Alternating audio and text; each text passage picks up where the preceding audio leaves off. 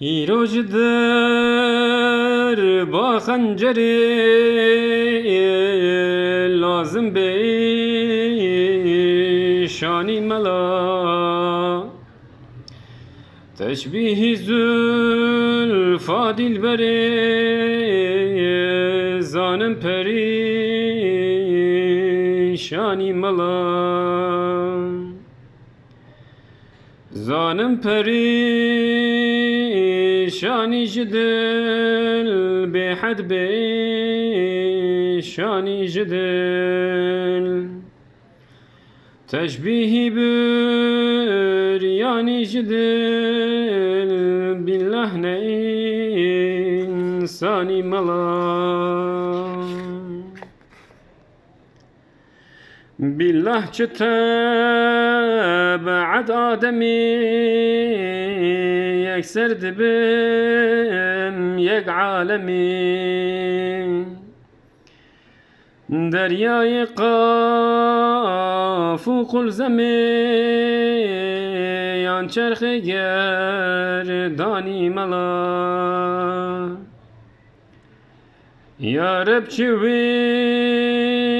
mihnet keşi serta kadem tek ateşi mecruhi kavsi tozreşi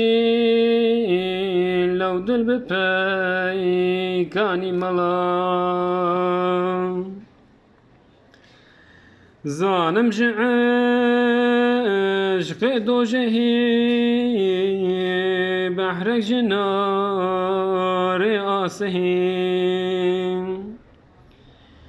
îro li mahê xergehî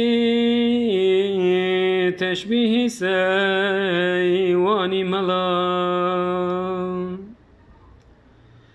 ev sîneya wek nayûne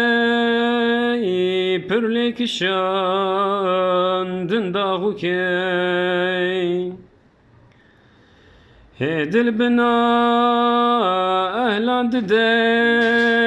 ya Rab çi nadanî mala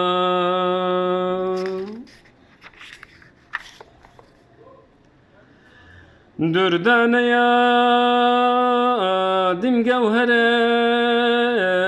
ayneya İskendere be mirveti dil kirkere mecruhi khalani mala be mirveti dil her şand teşbihi şişelek şand kerkirce ger khoyle reşand ateşli ser dani mala nare jirenge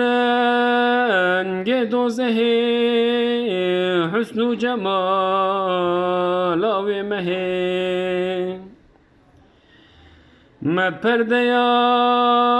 vi xergehi xevkir çi ummanî mala îro li umrê xewtelef bê şahîd û cama sedef bê çeng û saz û nayû def zanim pêşmîmanî mala